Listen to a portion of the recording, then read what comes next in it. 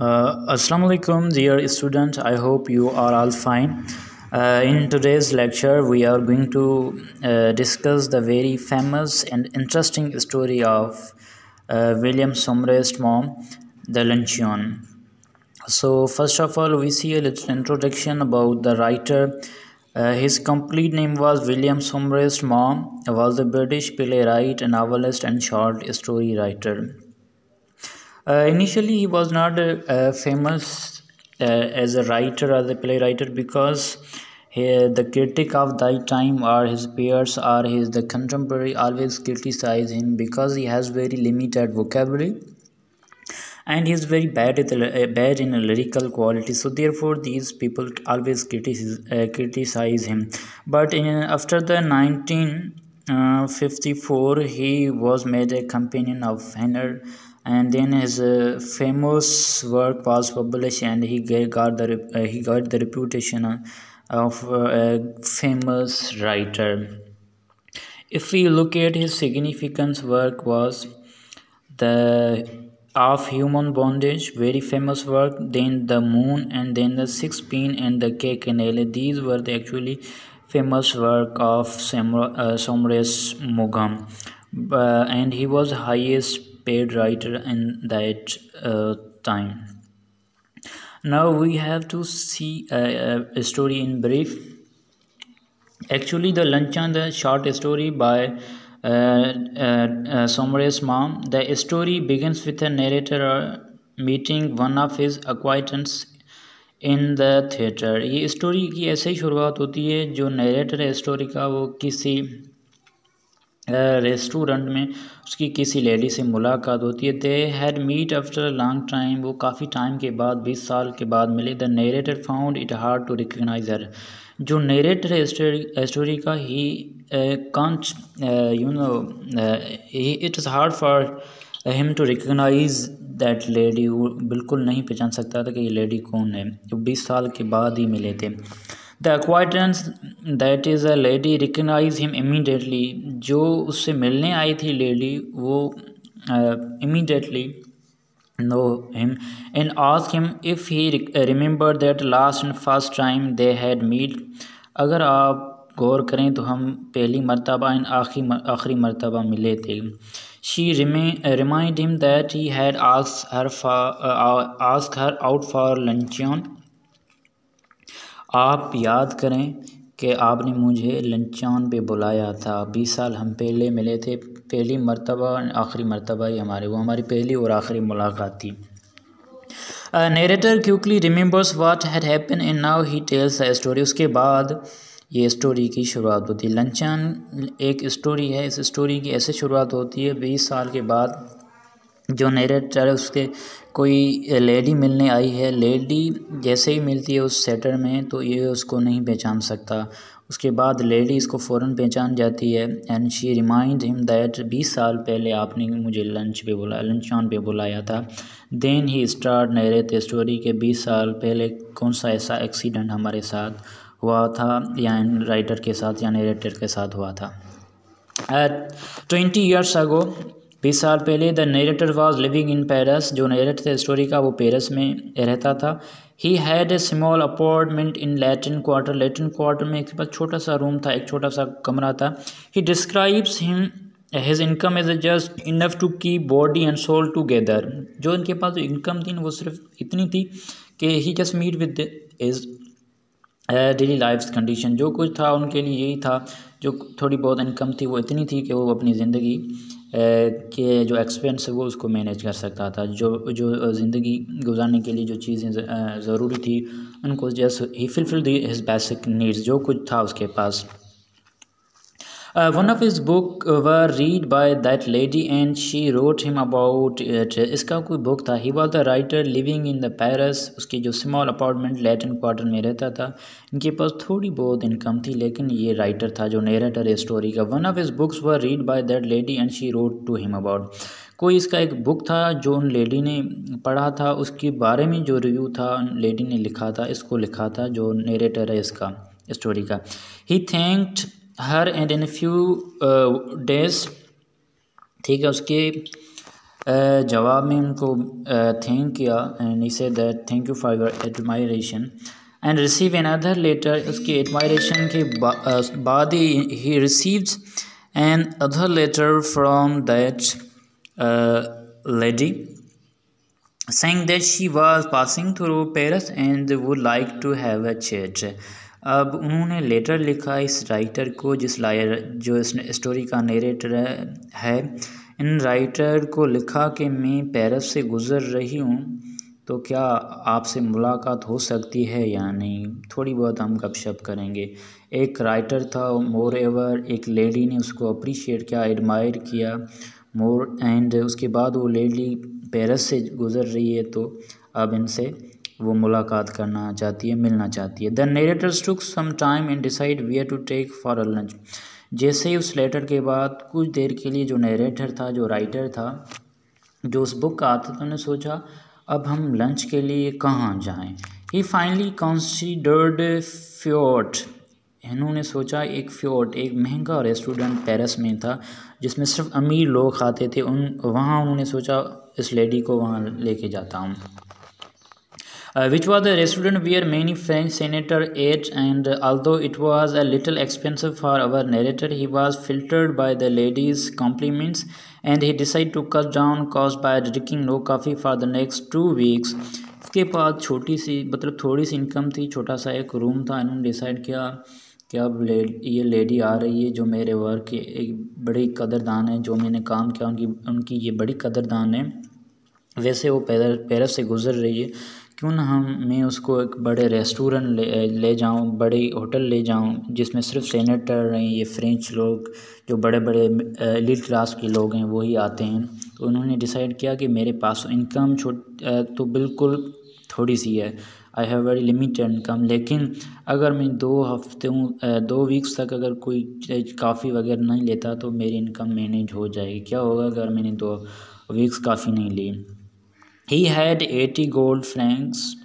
ये जो फ्रैंक्स कुछ गोल्ड कॉइन्स थी उसके पास, तकरीबन इनके पास उनकी तादाद 80 थी। To last him in the month and he assume that a decent lunch wouldn't cost him more than 15 bucks। उन्होंने यही सोचा था कि मेरे पास तकरीबन 80 गोल्ड कॉइन्स हैं जो पूरे एक महीने के लिए होती हैं, जिससे पूरा एक महीने का गुजारा होता है मेरा। लेकिन अगर मैं इस फ्योर्ट रेस्टोरेंट पे जाता हूँ उस लेडी के साथ लंच के लिए, तो मैक्सिमम जो मेरे एक्सपेंसिव लगेंगे वो 15 bucks तक आ जाएंगे। So he asked the lady out for a luncheon, a formal lunch at a Foyot. जो लंचन होता है एक्चुअली एक फॉर्मल लंच होता है, उसको लंचन ही कहते हैं। सो उन्होंने लेडी को रिप्लाई में बोला कि भाई फ्योर्ट होटल पे हम मिलेंगे, वहाँ पर हम लंच करेंगे। आप वैसे ही पेरिस से गुजर रही हैं, आप बड़ी कदरदान हैं मेरे काम की, आप मुझे अप्रिशिएट करती हैं। वैसे आप जा रही हैं, सॉरी पेरिस से आप गुज़र रही हैं, तो हम फ्योर्ट रेस्टोरेंट पे, इस होटल पे, बड़ी होटल पे हम लंच कर लेंगे, वहाँ से हमारी चैट गपशप भी हो जाएगी। The lady didn't turn out. अब वो जैसे ही लेडी आती है उसके पास, then he see first time the lady didn't turn out to be young. उन्होंने देखा ये तो यंग तो नहीं है। As the narrator had accepted. उन्होंने सोचा था कोई लेडी, कोई यंग लेडी होगी, कोई ब्यूटीफुल वुमन होगी, कोई गर्ल होगी जिन्होंने मेरे पूरे काम को इतना एडमायर किया था, इस वजह से वो मुझे मिलने आ रही थी। लेकिन approximately she was in the middle ages and she was in her 40s, तकरीबन 40 साल की थी। The narrator describe the lady as a having more teeth than necessary. उसको दाम ज़्यादा थे, बाहर निकले हुए थे, जो उसकी जो फिज़िकल अटायर है वो नरेटर हमें बता रहा है। टॉकेटिव एंड अनअट्रैक्टिव, ज़्यादा बोलने वाली, unattractive. The narrator decide to listen more and talk less. उसके बाद उन्होंने सोचा अब मुझे ज़्यादा सुनना चाहिए, कम बोलना चाहिए। As he got the first impression is the last impression. जैसा ही उस लेडी का इसके ऊपर फर्स्ट इम्प्रेशन पड़ा तो उन्होंने सोचा अब मुझे थोड़ा बोलना चाहिए, ज़्यादा सुनना चाहिए। Then they sat in the restaurant. The menu started. The narrator said the price were higher than what he had estimated. क्योंकि उसके पास थोड़ी सी इनकम थी। मेन्यू जैसे ही उसके पास आया तो उन्होंने सोचा अब मेरे चंद पैसों से क्या कुछ हम ऑर्डर कर सकते हैं, देने दे सकते। The lady reassured him by telling him that she never had more than one item for lunch. इन्होंने बताया भाई लंच के टाइम तो सिर्फ मैं एक ही चीज़ लेती हूँ, कोई दूसरी चीज़ नहीं है, बस एक ही चीज़, एक ही पीस, एक ही फूड चलेगा लंच के टाइम, कोई दूसरी नहीं होगी। The narrator generously say that please don't say that, आप ऐसा ना करें, आप मेरी मेहमान हैं, आप पेरिस आई हैं मुझसे मिलने के लिए, आप ऐसा तो ना करें। आप एक लंच पे एक चीज़ लेंगे लेकिन कुछ लें, जैसे हम तरह हमारे यहाँ अमूमन होता है। But really wish she ate only one item, लेकिन दिल में उसके पास ये सदा निकल रही थी काश कि एक ही चीज़ खाए, एक ही चीज़ ऑर्डर करे इस रेस्टोरेंट में। She order slam and caviar. एक सैलम एक मछली होती है जो समुद्र में ज़्यादातर होती है, और मछली के कुछ अंडे होते हैं जो बड़े रेस्टोरेंट पे होते हैं, ठीक है, एक मछली की टाइप्स होती है, fish. She order salmon and caviar जो एग्स होते हैं मछली के, उनसे बनाया जाता है, ये एक डिश होती है जो बड़े रेस्टोरेंट में होती है। तो lady order these two dish salmon and caviar for herself. The narrator ordered the cheapest dish on the menu, a mutton chop for himself. अब जो नरेटर था स्टोरी का, उन्होंने ये देखा जो होस्ट था इस लंच का, उनका सबसे चीपेस्ट, सबसे सस्ती डिश इसमें कौन सी, उन्होंने ये मटन चूप ऑर्डर किया क्योंकि उसके पास थोड़ी इनकम थी। Then all the while the lady told him that meat was heavy dish. उन्होंने बोला आपने मटन चूप ऑर्डर किया है, ये हैवी नहीं है, इसमें तो ज़्यादा कैलोरीज होती हैं, ये आपका कोलेस्ट्रॉल बढ़ जाएगा। And that he should follow her example and eat only one dish although she was clearly having more than one. आप ऐसा करें जिस तरह मैं एक ही चीज़ लेती हूँ लंच के टाइम, आप भी इस तरह ही करें। लेकिन ऑर्डर उन्होंने 2 से 3 डिश किए थे, लेकिन एक आयरनी होती है इस स्टोरी में, सो यहाँ पर राइटर आयरनी यूज़ कर रहा है। देखिए जिस तरह मैंने एक डिश ऑर्डर की, आप इस तरह करें, आप क्यों ये हैवी डिश ले रहे हैं मटन चूप। अब स्टोरी आगे बढ़ती है। आफ्टर मील, जैसे ही मील ख़त्म हो जाती, जैसे ही वो खाना उन्होंने खा लिया होता है, तो शी ऑर्डर वाइट शैम्पियन एक महंगी वाइन होती है, सबसे महंगी वाइन होती है। She order that wine which further sink the narrator's heart as a focused his thoughts on what the bill would sum up to। अब उसके बाद ही जो नरेटर की दिल की धड़कनें तेज़ हो गई कि अब पता नहीं बिल कहाँ तक पहुँचेगा। देन ही जस्ट थिंकिंग कि बिल टोटल कितना हो सकता है, क्योंकि अब तो उन्होंने शैम्पियन भी ऑर्डर कर दिया है। ही ओनली ऑर्डर्ड वाटर, उन्होंने सिर्फ अपने लिए पानी मंगवाया जो होस्ट था इस लंच का।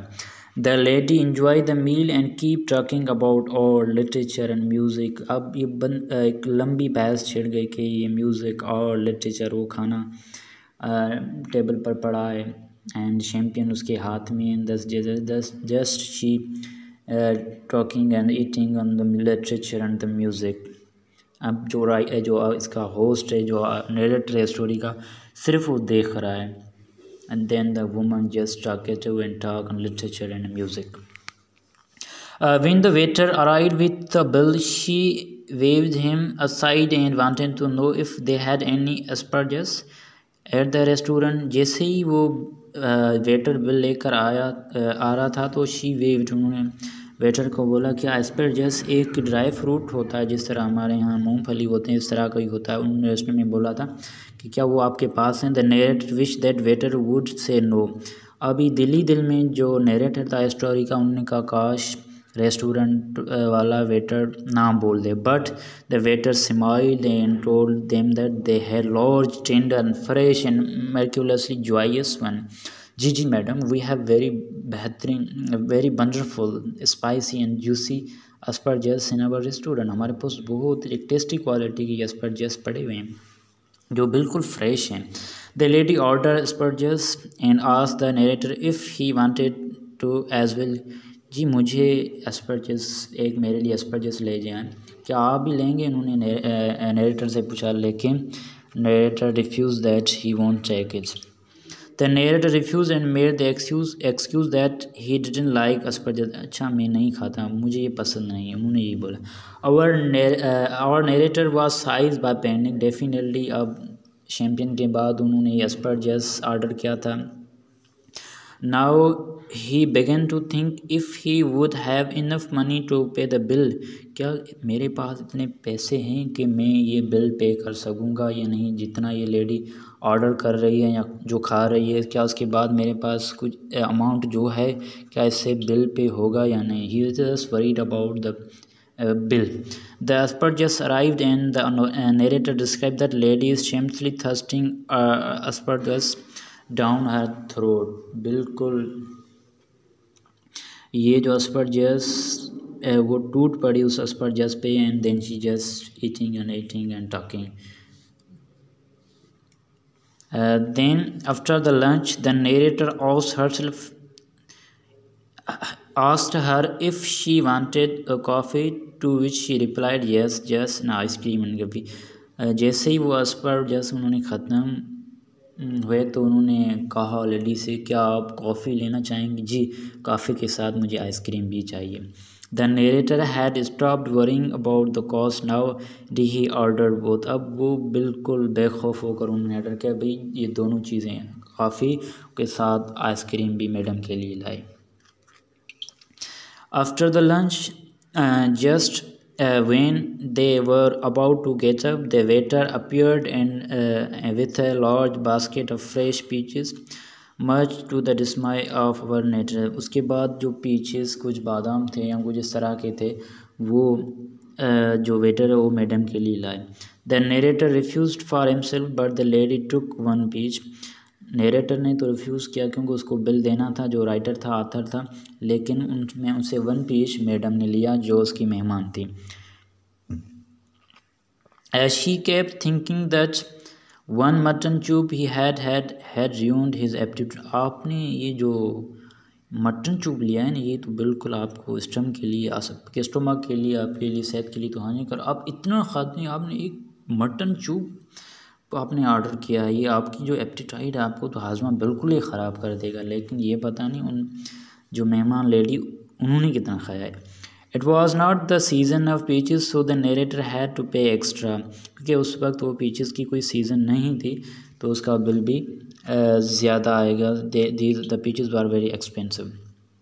After the bill came he had only 3 francs left and that too he paid as a tip. 80 Franks gold इसके पास ही. जैसे ही वो बिल आया तो तकरीबन उस बिल के बाद इनके पास सिर्फ 3 फ्रेंक्स गोल्ड रह गई. सो उन्होंने वो भी एज ए टिप के तौर पर उन रेस्टोरेंट वालों को दे दी. After the luncheon when it was time for to leave. जैसे ही लंच ख़त्म हुआ, वो लंचन इनका जो फार्मल लंच था वो ख़त्म हुआ. When it's time for them to leave. जैसे ही उन्होंने एक दूसरे को सियाफ के लिए निकले, the lady advise him to follow her example and eat only one dish for lunch. उन्होंने उसको एक मिसाल दी और एग्जाम्पल दिया कि जिस तरह मैं लंच के टाइम एक डिश लेती हूँ, आप भी काइंडली मेहरबानी करें, मुझे फॉलो करें, मेरा एग्जाम्पल लें, आप भी एक ही डिश लें लंच के time. which was ironical coming from someone like her who had just had whole stomach full for lunch. देखिए वो लेडी जिसने पीच खाए, एस्परजस खाए, शैम्पेन लिया, सोलमन लिया, कैवियर लिए, सारी फ़िश खाने के बाद, इतना खाना खाने के बाद वो मिसाल दे रही है उस नरेटर को कि आप मुझे फॉलो करें, मेरा एक मिसाल लें कि जिस तरह मैं लंच के टाइम एक ही डिश लेती हूँ, आप भी एक ही डिश लें. लेकिन ये जो सेंटेंस था एक आयरनिकल सेंटेंस था. देखिए जो नरेटर था उन्होंने तो ये सारी चीज़ें रिफ्यूज़ कर दी. He was just worried about the bill. Narrator replied by saying I will do better than that. जी मैं इससे भी अच्छा करूँगा, मैं इस आपके एग्जाम्पल से भी एक अच्छा करूँगा. I will eat nothing for dinner tonight. आज रात के लिए तो मैं कुछ नहीं खाऊँगा. दैट्स आई एम पढ़े. The lady call him as मेरा सो हो यू आर सो फनी. क्योंकि मेरे पास है ना this was again ironical because the narrator really mean it. ये तो बिल्कुल सच उसकी दिल की बात थी नरेटर की, क्योंकि उसके पास अब पैसे ही नहीं है तो डेफिनेटली कुछ नहीं खाएगा। लेकिन ये राइटर की जो बात उन लेडी को एक मजाक लगी, लेकिन ये भी आयरनी है। यहाँ पर उन्होंने जो एक सीरियस बात बोली कि आप मेरा मिसाल लें, एक ही डिश लें टाइम पर, और दूसरी बात जब ये सच बात बता रहा था तो वो उसको एज ए ह्यूमरस एक फ़नी बात लगी। He did not have a single penny in his pocket and he had 2 whole months left। अब जो कुछ इसके पास था वो तो लुटा चुका है कि एक ही लंचान में। अब जो एंटायर मंथ था अब उसको ऐसे ही बैठकर स्पेंड करना पड़ेगा without any amount. Then this bring us back to the present time. अब ये स्टोरी अब प्रेजेंट में, अब 20 साल का जो एक्सीडेंट जो पहले हुआ था वो नरेट हो चुका है कि भाई जो राइटर था पेरिस में रहता था, ठीक है, ही वॉज जस्ट इमर्जिंग राइटर। उन्होंने एक थोड़ी कुछ जो कुछ था थोड़ा अमाउंट था उससे वो जस्ट अपना जो कुछ गुजारा कर सकता था वो कर सकता था। लेकिन कोई एक लेडी थी जिन्होंने उसका बुक पढ़ा था, she was the admire of her work. उन्होंने कहा अब मैं पेरिस से गुजर रही हूँ तो आपसे मुलाकात होगी, क्या आप मुझसे मिलेंगे?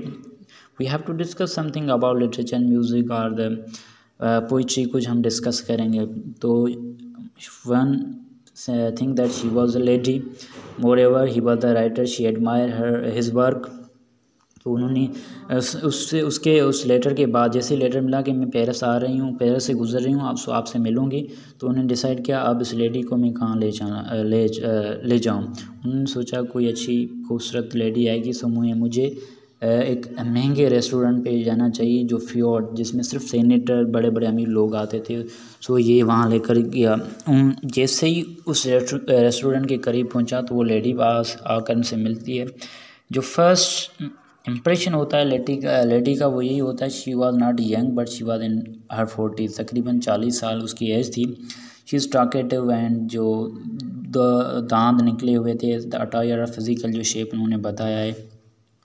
लेकिन फिर ये दोनों बैठते हैं रेस्टोरेंट में, जैसे ही मेन्यू आता है तो जो नरेटर होता है ही जस्ट थिंक दैट भाई इसमें जो सस्ती चीज़ ऐसी कौन सी है जो ऑर्डर करे। लेकिन लेडी ने कहा भाई मैं तो लंच के टाइम एक ही चीज़ लेती हूँ। तो ये वही फिर कहता है कि भाई आप मेहमान हैं, ऐसा ना करें, आप कुछ और तो लें। तो lady took menu and she order the salmon and caviar, जो फ़िश के एग होते हैं, जो सी फिश होती है जो महंगी होती है रेस्टोरेंट में। She order the two. लेकिन नरेटर ने अपने लिए सिर्फ मटन चूप ऑर्डर किया क्योंकि इसके पास पैसे थोड़े थे, तो ही जस्ट सेव द मनी। लेकिन उसके बाद जैसे ही ये ऑर्डर हो गया लंच का, then she order the champagne पीने के बाद she asparagus then the peach, ये सारी चीज़ें थी। लेकिन अगेन शी सिंग दैट भाई आपका एप्टीटाइट, आपका तो स्टमक ही ख़राब हो गया क्योंकि आपने तो मटन चूब हैवी डिश ली है। आप मेरा मिसाल लें, मैंने लंच के टाइम सिर्फ एक ही चीज़ ली है, आप मेरा मिसाल लें और इसको ज़िंदगी में फ़ॉलो करें। फिर ये हकीकत में कहता कि भाई मैं तो इससे भी ज़्यादा अच्छा करूँगा क्योंकि मेरे पास अब पैसे नहीं है, तो मैं जो डिनर है वो भी नहीं खाऊँगा, उसके बाद 2 हफ्ते तक जो कॉफ़ी पीनी थी या चाय पीनी थी वो भी मेरे पास नहीं होगी। लेकिन उसके रिप्लाई में she said that oh you are funny and humorous. उसको ये जो जवाब लगता है इस राइटर का वो ह्यूमरस्ट एंड फ़नी लगता है। लेकिन अब ये स्टोरी अब प्रेजेंट में आ जाती है, 20 साल का, और जैसे ही एक्सीडेंट नरेट हो जाता है, then this bring us back to the present time where the narrator and the lady are meeting after 20 long years. तकरीबन 20 साल के बाद वो मिले हैं। द नरेटर टेलर्स, जो स्टोरी का नरेटर है वो हमें बताता है, he had his revenge for a luncheon ordeal. अब उसका जो रिवेंज है वो फाइनली उन्होंने ले लिया। कैसे ले लिया? How did he has revenge, उन्होंने बदला कैसे लिया? The lady weight 130 kg now, in some version of the story her weight said to be 21 stones or 294 pounds, which is the same as around 130 kg. Narrator observed this result with a pardonable sense of achievement। तो उन्होंने कहा अब जो मेरा revenge था वो मुझे मिल गया। I got my revenge. How he got the revenge, क्योंकि जब ये लेडी इससे फ़र्स्ट टाइम मिली थी तो इसका जो वेट था तकरीबन 21 या 22 किलो तक था, केजी तक था। अब जैसे ही उन्होंने देखा the his weight is 130 kg, she was very फेटी।